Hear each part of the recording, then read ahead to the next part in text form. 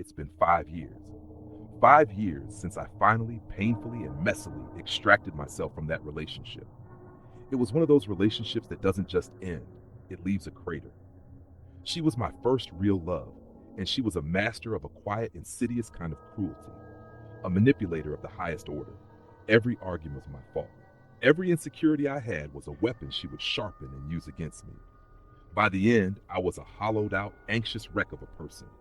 It took me years of therapy, of rebuilding my own self worth from the ground up to feel even remotely normal again. I hadn't seen or spoken to her in half a decade. I thought I was free. Then last month, the box arrived. It was a small, unassuming package in my mailbox.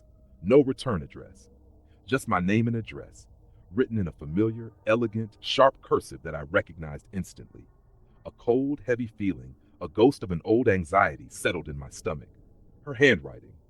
On a small cardboard tag tied to the box with a black ribbon were 7 words, also in her hand. For all the things I should have said. My first instinct was to throw it away, unopened, to just toss it in the dumpster and pretend it never came. But I couldn't. The curiosity, the morbid need for a final, long overdue sense of closure was too strong. I took it inside. The box itself was beautiful. It was a small, ornate thing carved from a dark, heavy wood with intricate patterns of vines and leaves winding around its sides. It felt old, ancient even. I sat at my kitchen table, my heart a frantic drum against my ribs, and I lifted the lid. Inside, the box was empty. It was lined with a deep, dark, light absorbing velvet. There was no letter, no trinket, no explanation, just an empty, velvet lined box. I felt a surge of frustrated, familiar anger. Of course. Even now, 5 years later, she was still playing games, sending a cryptic, beautiful, and ultimately empty gesture. It was so perfectly her. I put the box on a bookshelf in my living room, a strange, dark little monument to a past I was trying to forget, and I did my best to put it out of my mind. The next morning, I was getting ready for work. I walked past the bookshelf and something caught my eye. There was a small, folded piece of white paper sitting in the center of the box's dark velvet lining.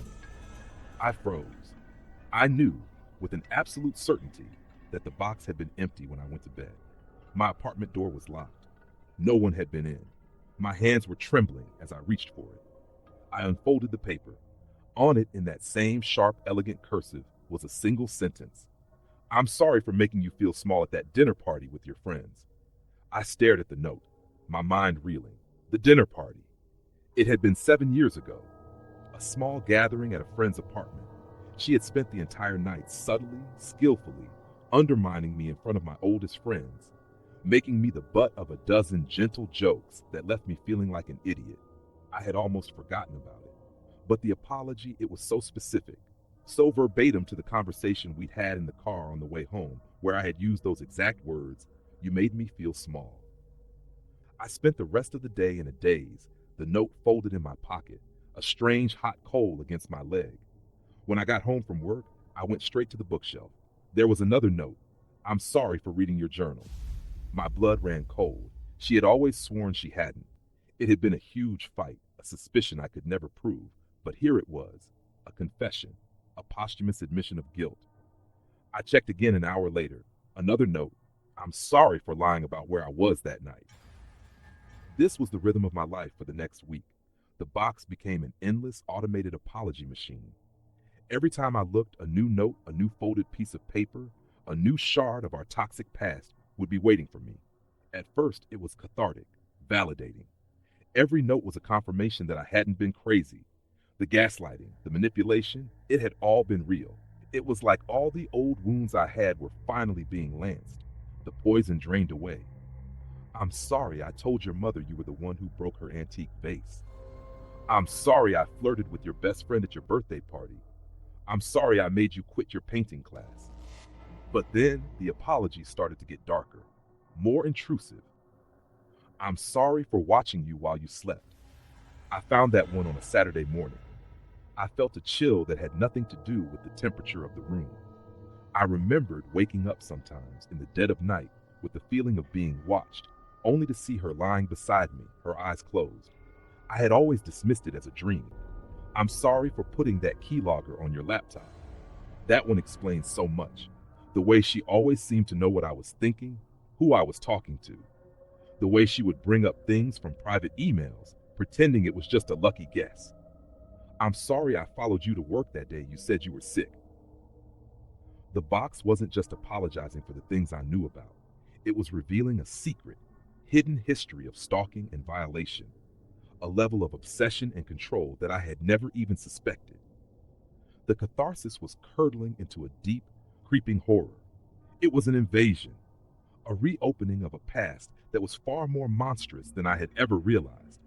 I had to get rid of it. I took the box, my hands shaking with a mixture of fear and rage, and I threw it in the dumpster behind my apartment building. I watched it disappear under a pile of trash bags. I felt a sense of finality, of relief. The next morning, it was back on my bookshelf. It was sitting in the exact same spot, polished and pristine. And inside, a new note was waiting. I'm sorry you tried to throw me away. Panic, a raw, frantic animal panic, began to set in. I took the box out to my small concrete patio, and I took a hammer to it. I swung with all my might.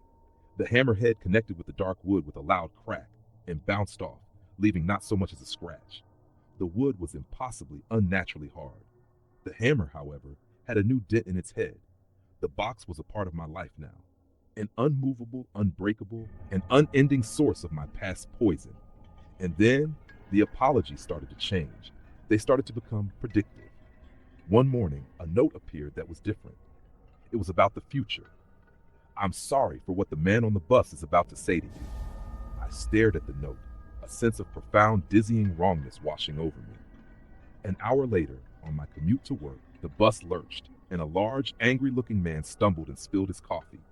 He turned and glared at me, even though I was a full 3 feet away. Watch where you're going, you idiot, he snarled, his voice full of a bizarre, unearned venom. The box wasn't just dredging up the past anymore. It was predicting, or maybe even causing new negativity in my life, and then apologizing for it. The notes became a mix of past and present. I'm sorry I dented your father's car and let you take the blame. I'm sorry for the flat tire you're going to get this afternoon. I'm sorry I told all our friends your novel was just a stupid hobby. I'm sorry your boss is going to lose that important file. It was a constant, unending stream of misery, both remembered and newly delivered. I was living in a psychic minefield, with the box as my own personal malevolent fortune teller. I had to talk to her. I had to stop this. I dug through my old contacts, my fingers feeling like clumsy sausages, and I found her number. I hadn't deleted it. I just never looked at it. I called. It went straight to a disconnected tone. I tried her social media. Her profiles were all gone, deactivated. I was getting desperate. I called one of our old mutual friends, someone I hadn't spoken to in years. Hey, I said, my voice shaking. This is going to sound really, really weird, but I need to get in touch with her. It's an emergency. Do you have a new number for her? There was a long, heavy silence on the other end of the line. Are you okay? My old friend finally asked, his voice full of a strange, cautious concern. Yeah, I'm fine. I really need to talk to her.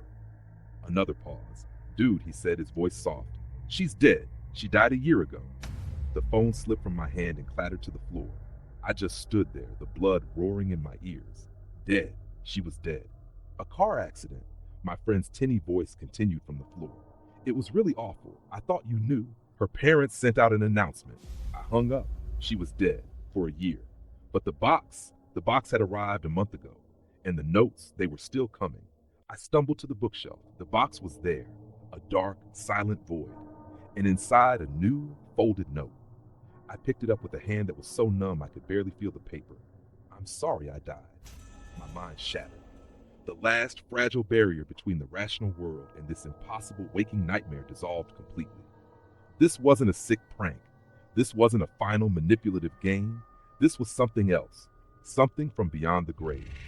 I'm writing this now because I don't know what else to do. I am trapped. The notes haven't stopped, but they're different now. They're no longer just apologies for the life we shared. They're dispatches, postcards from whatever hell she's in, and they are more terrifying than any of her earthly cruelties. This morning, there were 3. I'm sorry I was thinking of you when I died. I was holding this box. That one made me physically ill. I was the last thought in her head. She had tethered this thing to me. I'm sorry the sky is red here. I'm sorry the people here don't have hearts. They just have empty spaces. The last note, the one that is sitting on my desk right now, the one that has finally pushed me to write this, to scream into the void and pray someone has an answer, arrived an hour ago. I'm sorry. I have to go now. The one with the smiling face is coming for me again. I don't know what to do. I think I think I am tied to a ghost, and her only connection to the living world is me. The box is on my bookshelf, and I know with a certainty that is slowly crushing the life out of me that a new note is already waiting. And I am so afraid to read it.